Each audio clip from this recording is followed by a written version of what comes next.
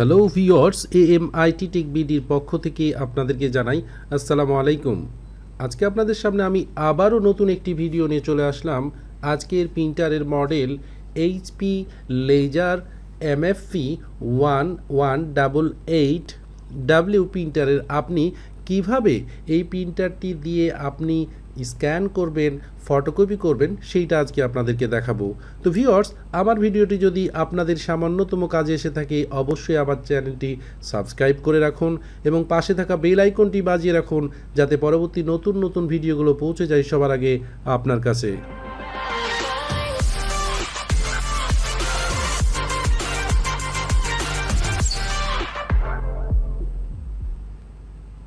Photocopy করার জন্য আমরা সর্বপ্রথমে ট্রেতে কিছু পেপার দিয়ে দিব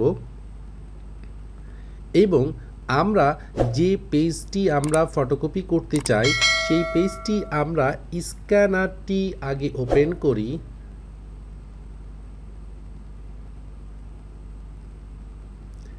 এইটি হলো ফটোকপি বাটন।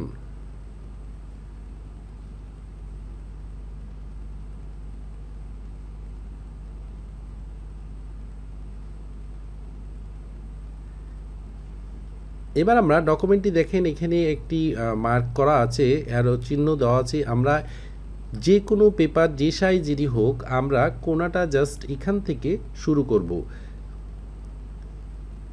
মূলত 1188 প্রিন্টারটি A4 ফটোকপি বা A4 স্ক্যানের জন্য ফ্ল্যাট বেড স্ক্যানার আছে।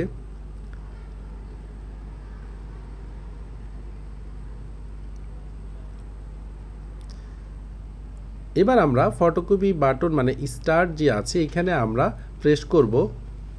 স্লিপ মোডে ছিল, দেখেন আবার রেডি মোডে আসবে ফটোকপি মোডে। এবার আমরা ফটোকপি বাটনে আমরা প্রেস করব।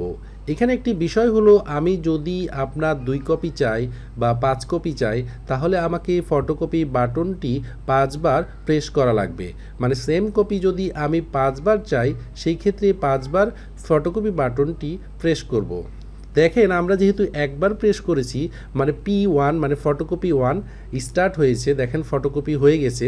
তো ভিউয়ার্স, এভাবে আমরা এইচপি লেজার এমএফপি M1188W প্রিন্টারের মাধ্যমে ফটোকপি করতে পারবো। তো ভিউয়ার্স, ভিডিওটি যদি ভালো লেগে থাকে অবশ্যই লাইক, শেয়ার, কমেন্টস করে আমাদের সাথেই থাকবেন। আজ এই পর্যন্ত, দেখা হবে অন্য কোনো ভিডিও নিয়ে, অন্য কোনো প্রিন্টারের মডেল নিয়ে, অন্য কোনো বিষয় নিয়ে। আশা করি ততক্ষণ পর্যন্ত ভালো থাকবেন।